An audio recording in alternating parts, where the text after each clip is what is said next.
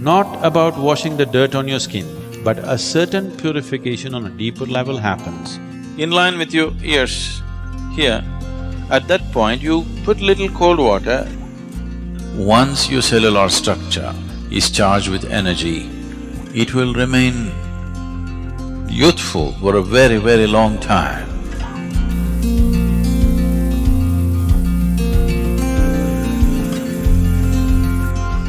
In most Indian languages, in common usage, the word hatha means being adamant.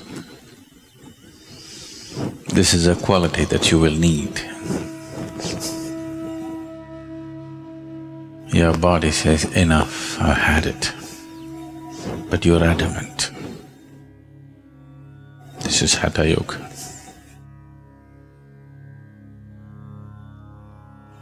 Your mind says, I give up, I can't do this anymore.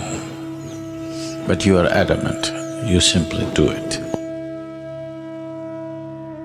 So Hatha Yoga is about creating a body which will not be a hurdle in one's life.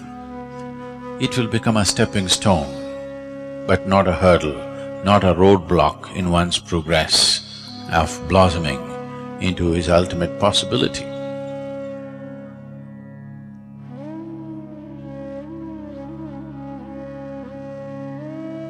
So simple tips. I am not known for giving tips. Bad reputation I have, but simple tips.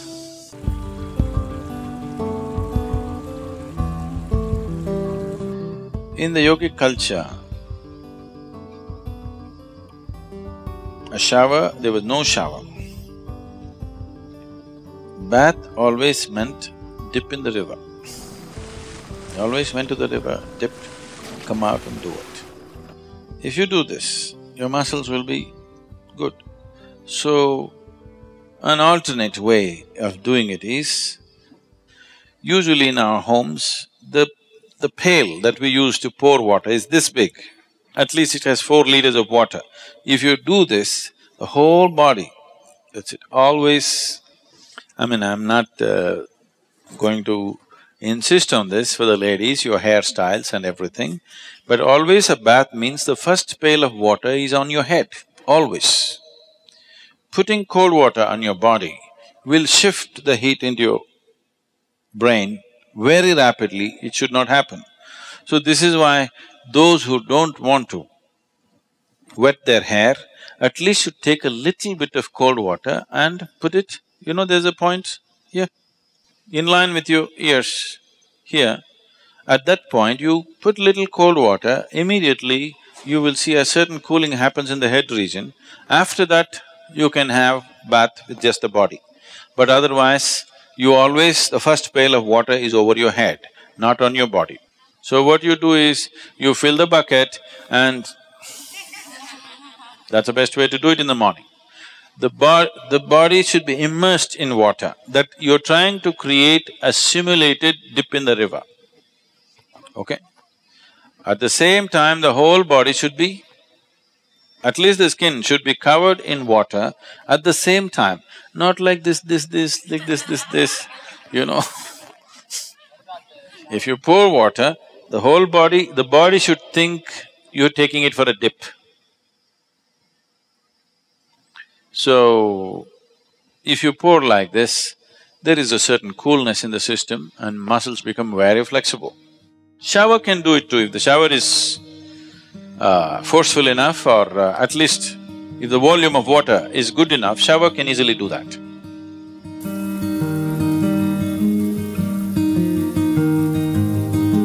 It's always best that we use water which is little cooler than the room temperature. Just a certain volume of water to flow over you, or to be immersed in a water which is cooler than room temperature. Because if this happens, one thing that happens on the surface is the cells, the epithelial cells will contract. When they contract, they open up all the pores. the pores between the cells will open up. The cells themselves have pores. We don't want that to open. That will open if you put it in warm water. If you dip your body in a hot water tub, the cells will open up and take in water. That is not always a good thing to do. You put the body in cold water, the cells will contract, the in-between spaces will open, and that's important for practicing yoga. Because we want the cellular structure of the body to be charged with a different dimension of energy. If the cells contracts and allow space and then you practice your yoga, then the cellular structure in the body is charged. Why one person seems to be far more alive than the other is essentially because of this. And once your cellular structure is charged with energy, it will remain youthful for a very, very long time. When people are thinking, why the old bugger is still not dead, you still feeling like you're 25.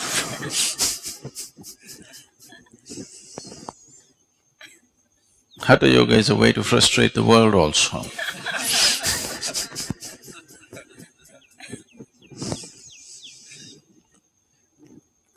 So, water which is cooler than the room temperature, in India, it is in South India at least, it's not so much of a problem, the water is always in that temperature, ideal place. But if you're in a colder country, if you're in a temperate climate, the water may be too cold, that is not good. The water must be, let's say, within 5 to 8 degrees centigrade lower than the room temperature, not more than that.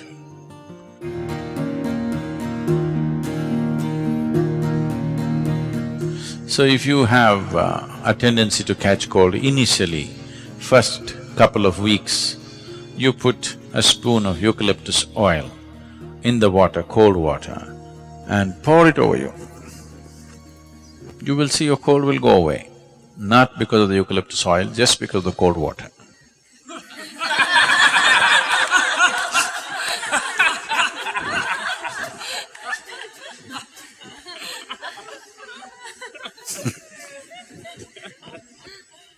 If you have an infection and something else where excess mucus is being generated, that needs to be treated differently. But as I said, the water should be just somewhere 5 to 8 degrees below room temperature, not an excessively cold water, no.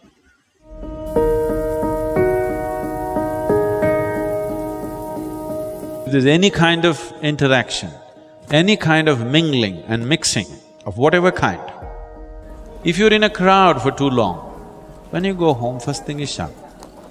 You must do this. If it takes 3, 4, 5 showers in a day, it doesn't matter. For a sadhaka, it's good to shower many times a day. You shouldn't overdo it. But there were times when I used to shower minimum 5 to 7 times a day. Now it's come down to maybe 2 definitely, sometimes 3. 2 is a must for you. More is good. Any kind of physical contact happens with somebody, a period of more than, let's say, 6 minutes, if you're even holding somebody's hand, before you do yoga, it's best that you have a shower. This is not a cleansing thing. We are not trying to clean the body, that's not the point. It's not because somebody is impure, you're trying to clean your body. Yoga is a way of organizing your energies into an individual. So if any kind of transaction happened too much, if I come and sit in a program, I'm not even physically touching anybody, if I sit in a program for 2-3 hours, first thing is shower. Because just the interaction creates a certain amount of… the integrity of your energy becomes little loose. So at any time, First thing when you go home, shower. Shower need not mean soap, shampoo, this, that. A bucket full of water, boom.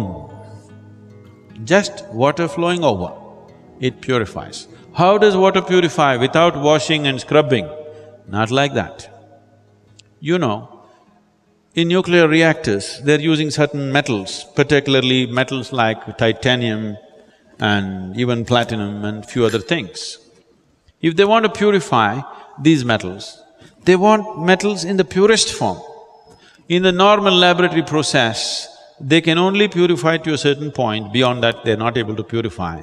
So what they do is, you make a rod of this metal and make another ring.